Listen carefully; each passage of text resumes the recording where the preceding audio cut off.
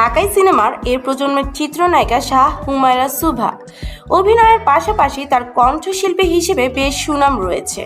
এবার সঙ্গীত শিল্পী প্রমিত কুমারের গাওয়া কালকে টুনির বিয়া শিরোনামে একটা গানের মডেল হয়েছেন সুভা। গানটি মুক্তির পর বেশ প্রশংসা পাচ্ছে সুভা। গানের কথা লেখার পাশাপাশি এটি শুরু করেছেন প্রমিত। 2009 সালের প্রকাশ হওয়া ও টুনির মা তোমার টুনি কথা শোনে না গানটি দিয়ে পরিচিত পান এই শিল্পী। সে সময় গানটি সিডি ক্যাসেট আকার এবং 2016 সালে সিএমবি মিউজিক ইউটিউবে চ্যানেলে মুক্তি পায়। বাংলাদেশের কলকাতায় জনপ্রিয় সুপারহিট অ্যালবামে পরিণত হয়েছিল। এরপর আরও অনেক গান গেয়েছেন তিনি। সেই ধারাবাহিকতায় এবার নতুন গান প্রকাশ করলেন। এটি প্রকাশের পর থেকে লুফে নেন শ্রোতা দর্শক। গানের প্রশংসার পাশাপাশি মডেল হিসাবে নজর কাড়েন সুভা।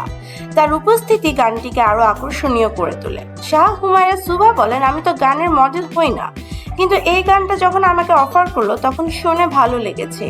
মিউজিক ভিডিওটা সিনেমিক, তাই রাজি হয়ে গিয়েছি। মুক্তির পর সবাই খুব প্রশংসা করছে, খুব ভালো লাগছে।